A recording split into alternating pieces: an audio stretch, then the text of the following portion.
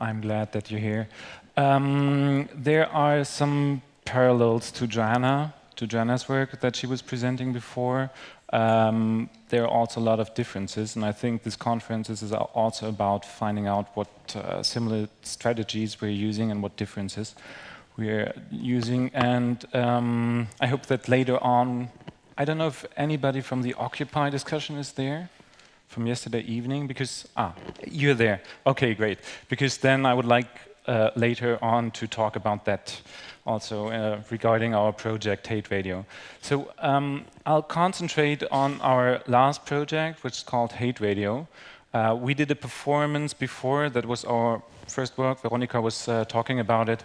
The Last Days of Elena Nicolae Ceausescu. That was the first reenactment we did.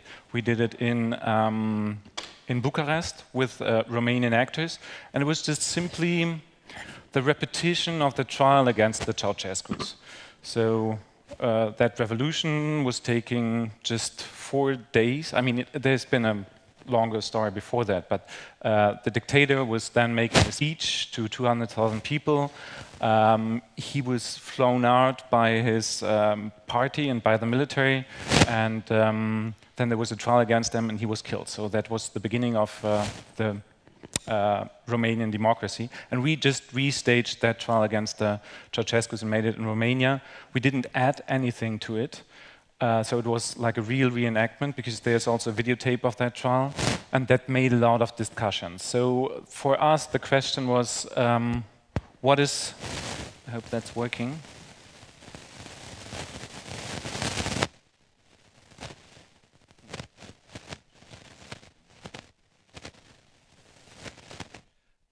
What is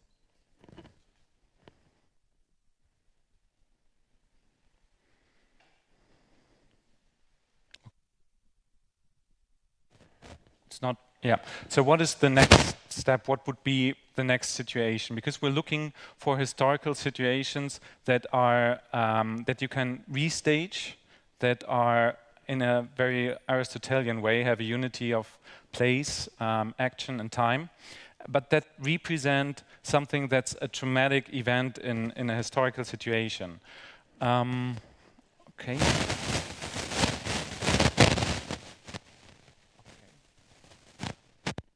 Well, that's not working. We maybe somebody could have a look. What's about it?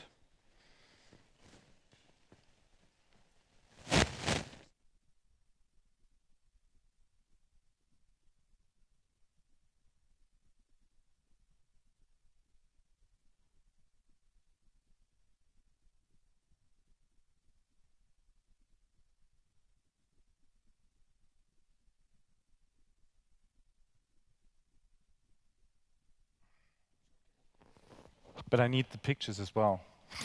Can somebody take care of the pictures, please? Hello? Okay, I can continue to talk about the project. So what we're doing is that we're focusing on special moments, historical moments that are unique. I told that before. And we thought about once making a reenactment of the Hamburg cell, so a meeting of the terrorists that attacked the World Trade Center. And the other possibility we've been talking about was doing a reenactment of a Rwandan radio station, RTLM, that was broadcasting during the genocide in Rwanda in '94. So, and Milo was once, like 5 years ago, he was writing a fictional piece about the Rwandan genocide, which didn't work out, because you cannot make a fiction about that. And then we decided to make a reenactment about that situation in Rwanda, because it tells more about human nature and about how propaganda works. So,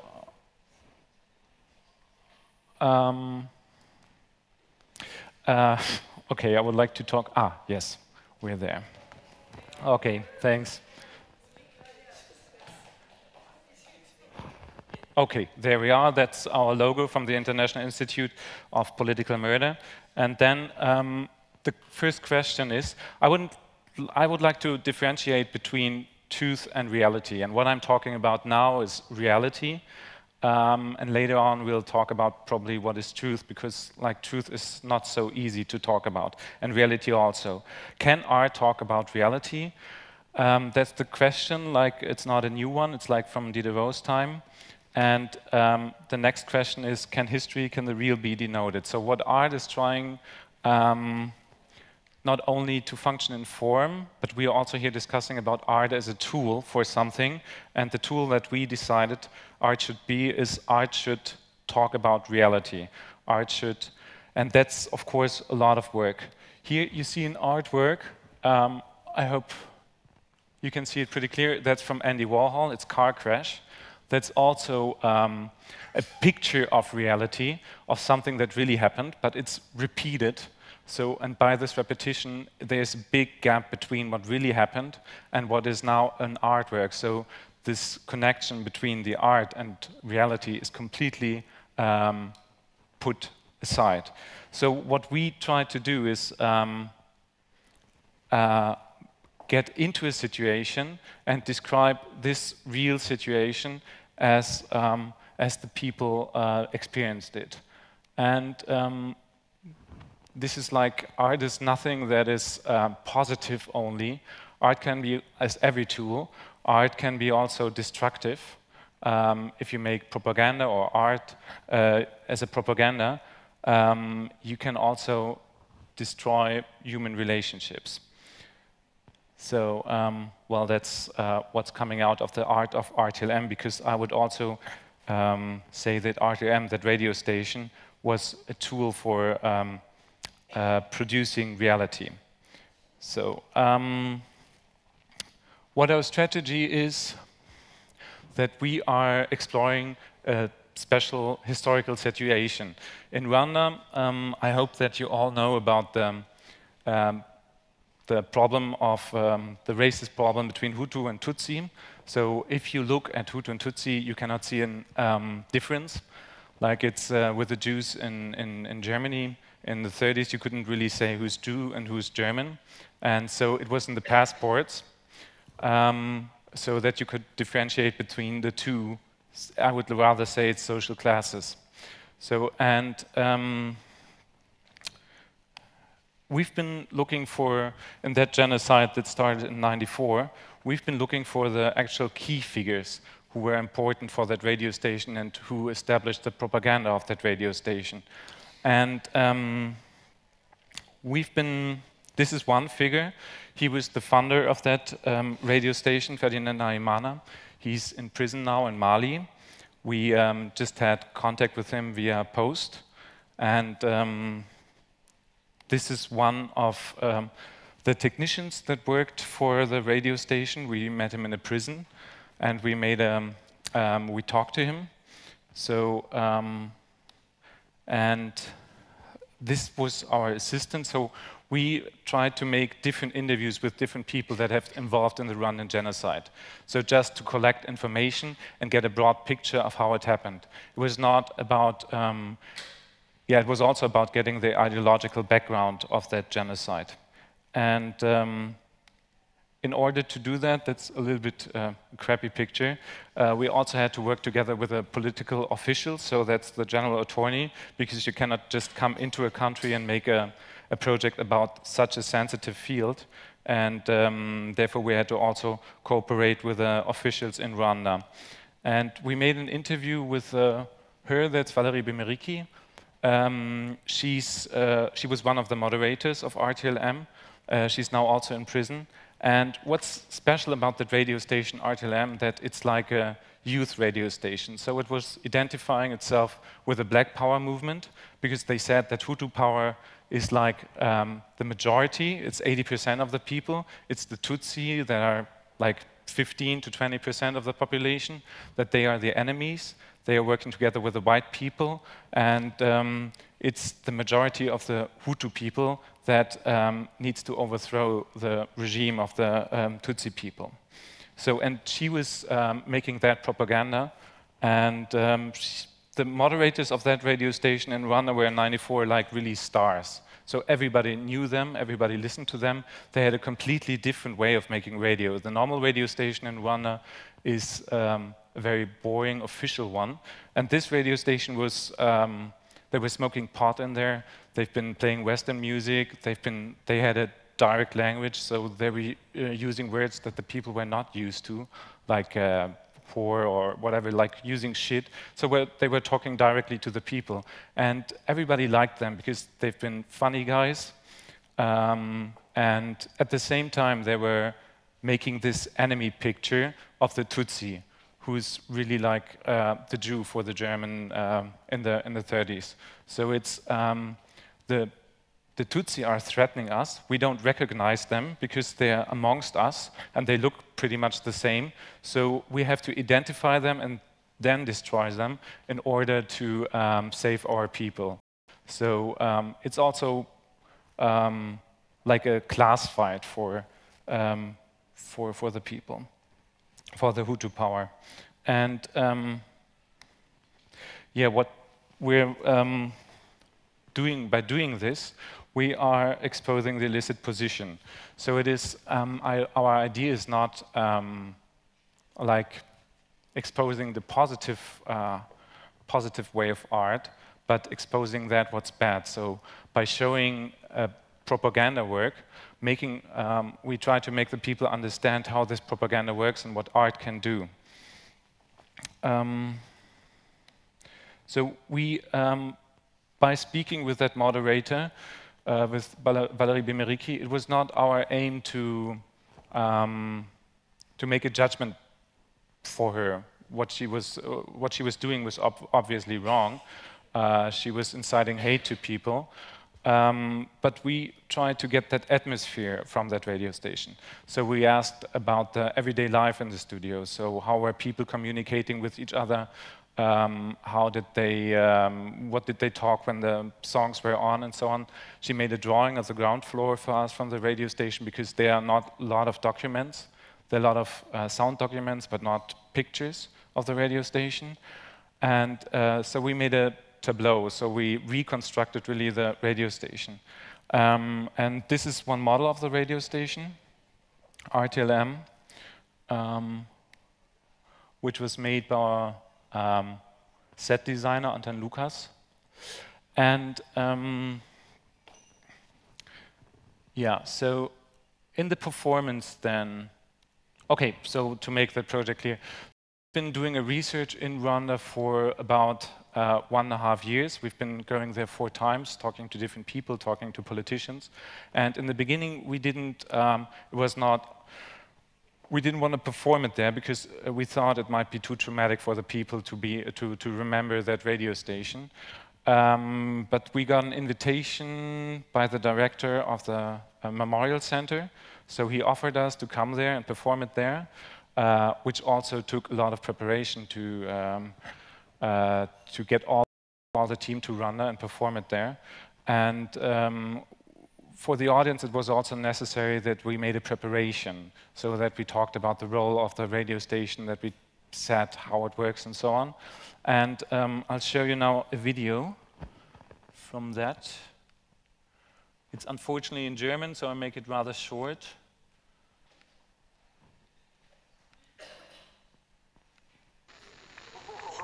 Originaltonradio RTLM.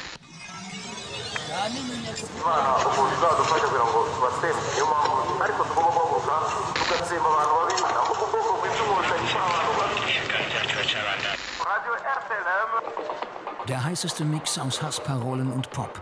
1994 hört in Ruanda einfach jeder Radio RTLM. An nur 100 Tagen ermorden radikale Hutu fast 1 Million Tutsi, verstümmeln, vergewaltigen, foltern sie zu Tode.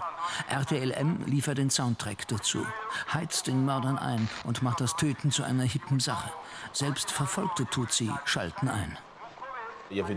Es gab zwei Gründe, RTLM zu hören. Es war einerseits lustig, aber die konnten wirklich auch deinen Namen durchsagen. Du musstest also zuhören. Wenn dein Name und deine Straße fielen, musstest du sofort weg. 17 Jahre später. RTLM ist für einen Abend wieder on air. An seinem Originalort. Es ist Theater. In der Rush-Hour von Kigali steht das Publikum an der Bushaltestelle und hört über kleine Taschenradios zu. Das Lachen fällt Hauptdarsteller Dancy Rugamba am schwersten. Seine Eltern und Geschwister wurden gleich am ersten Tag des Genozids erschossen. Er konnte fliehen. Ausgerechnet er gibt jetzt den Chefzyniker des Radios, wiederholt tödliche Worte und Gesten. In den Wochen vor der Premiere in Kigali hat er deswegen kaum geschlafen.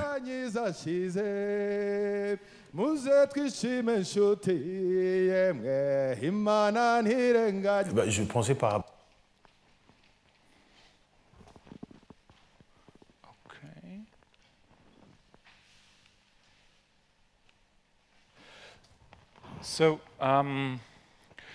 what this video talked about is what I said before, that about the situation in Rwanda, how it came to the genocide.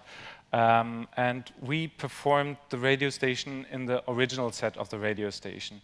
So it's in the center of Kigali, and there's now an Indian software company in it. This whole house is owned by Indians, and they offered this house for us for making a performance there. And the people were standing on the streets and could actually hear the talks of the radio station. So what we did with the text was that there are 1,400 pages, transcripts of RTLM, mostly taken by soldiers of the rebel army, because they got it as a trophy.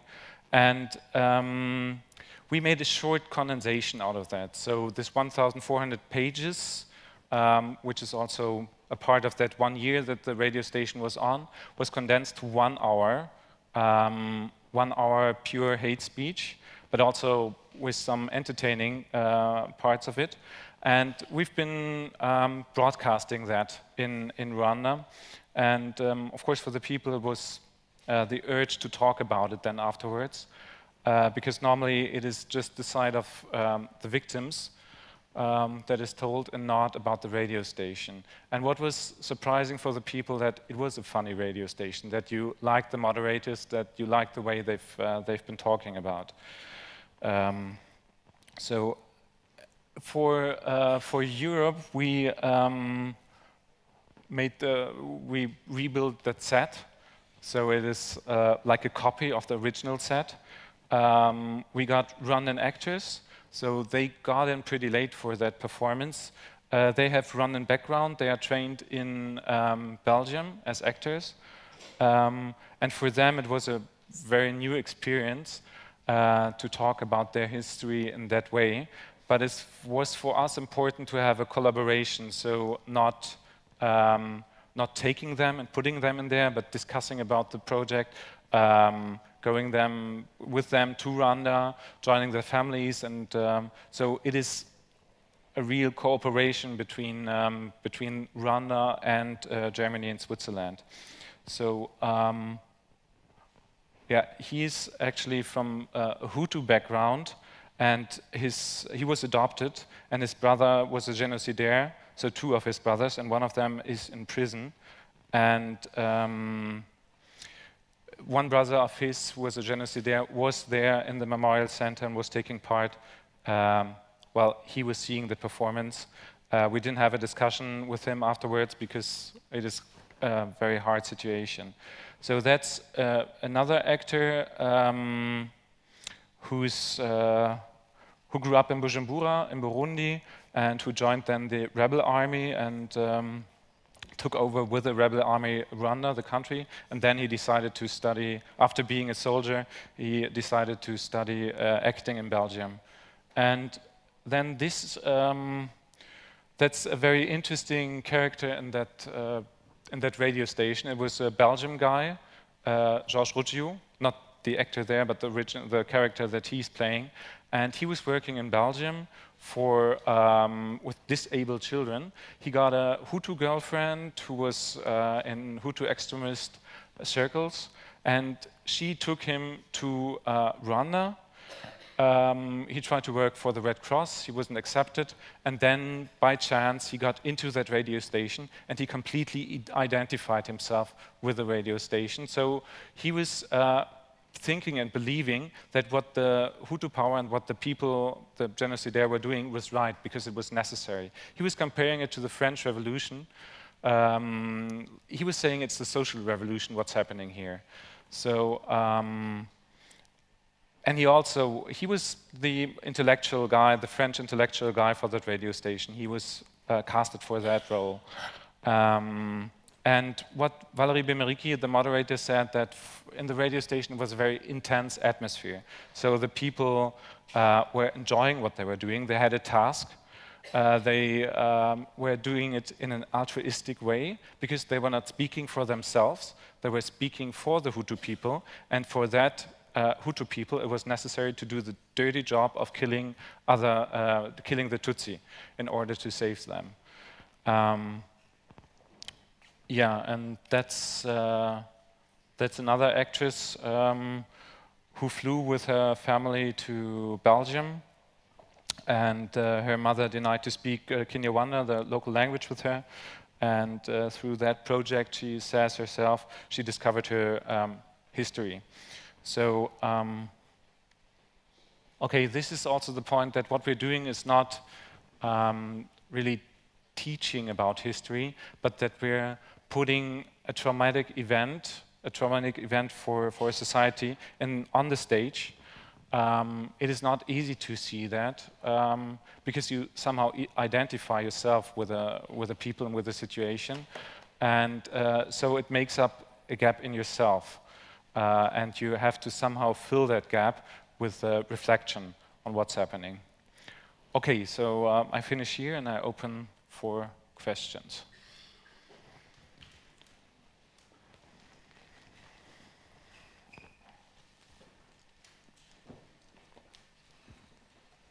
Okay.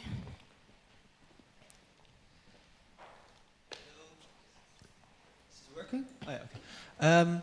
I did not understand the last part about that it makes a gap in yourself. Can you explain this again? Well, it means normally we're thinking of ourselves as good people, as moral people. So that's what also the people in the radio station of themselves thought. So the moderators thought of themselves that they are doing a good job, that they're enjoying what they're doing. And you identify with that somehow. And then you see the result, because we're presenting also like a short condensation of the Rwandan genocide. So, and you discover somehow by identifying with that it's part of the human nature to do these atrocities. That it's not something that's far away or that's monstrous or whatever, but that's part of the human nature to act in situations like these. I have a question about the framework of the theatrical show. Do you give some kind of introduction to people, or are there, I don't know, any handouts that describe the context, or is it just like a snippet from the real situation, or do you somehow lead into it and out of it? Is there any kind of meter? Yeah, we have a booklet, quite a thick one, that we distribute. So every spectator in Europe, we're performing that quite, we just been to Vienna last week, and we're performing it then in Hamburg, and then we have 10 performances in Paris with that show. So every spectator gets a booklet with that, and there's also, I haven't shown this, maybe you see it here. So this here is also, we have that studio, and there's a video projection on it, and this is like an introduction. So there we have stories from survivors that are talking about it, and from journalists who've been there in that time. So there's a framework of that radio show.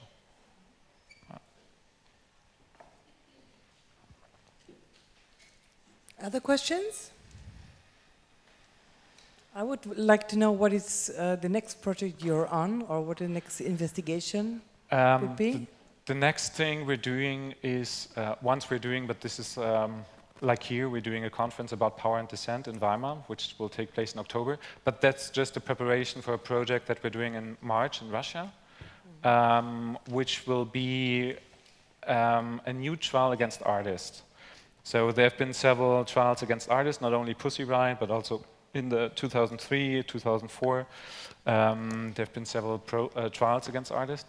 And we get these artists, so the younger generation, some people from the opposition in Moscow, in the Sakharov Human Rights Center, and also people from the Orthodox Church. We have real judges, real attorneys, real lawyers, and they will discuss about the boundaries between freedom of expression and the rights of religion. So this is not a reenactment, it's an actual discussion. And this, of course, takes just place one time once in Moscow, but we'll make a documentary out of that. And how is this framed? Let's say, are you given money in order to be able to do so, or where's the starting point that you say, because going to Moscow is not so easy at times, and it's already risky for Russian artists to do things. So how is that legal situation for you then? Well, that's what we've been doing with that project as well. We're talking to officials. So we're saying it should be like a dialogue, and that's our Trojan horse, how we get in, that we say it's a discussion from both sides, so that we also invite the people from the Orthodox Church. The money comes from cultural foundations from Western Europe. Mm-hmm. Okay. If there are no other questions, I think there's a lot to talk about later on. Do you want to add something? No, I mean, there's a lot of, we can talk about that a lot, but I think I think you really would love to continue, but there's the continuity room, but there's also always the possibility to have a slot in the open marathon to say, listen, I'm there, and we can go on talking more intensively. Mm-hmm. So thank you very, very much for this enlightening lecture. Mm-hmm. And okay. The duty is to make this.